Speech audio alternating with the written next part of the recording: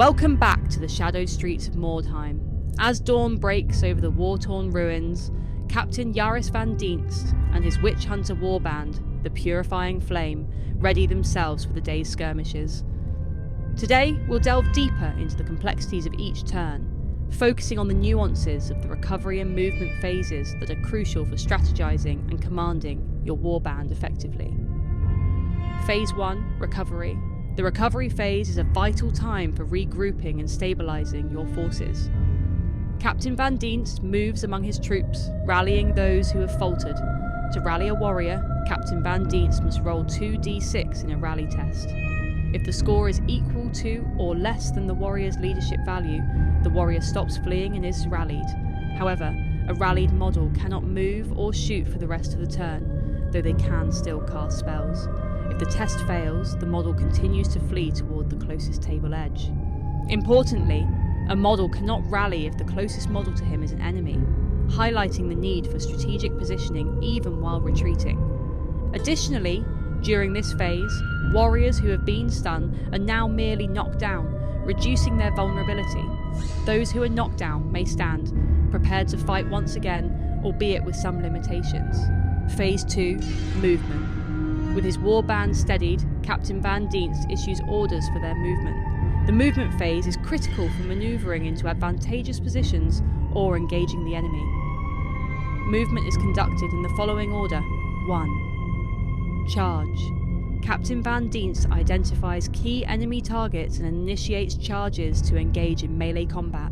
This aggressive move is crucial for closing in on ranged attackers or spellcasters. 2.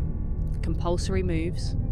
Some warriors might be under conditions that force certain movements, such as retreating due to fear or other battle effects.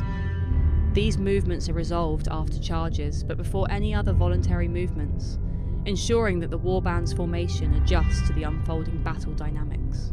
3. Remaining moves. Finally, all other warriors not engaged in compulsory moves or charges can be moved. This allows Captain Van Dienst to reposition his forces, seeking cover or strategic vantage points, or to maneuver around the battlefield to flank the enemy or secure objectives.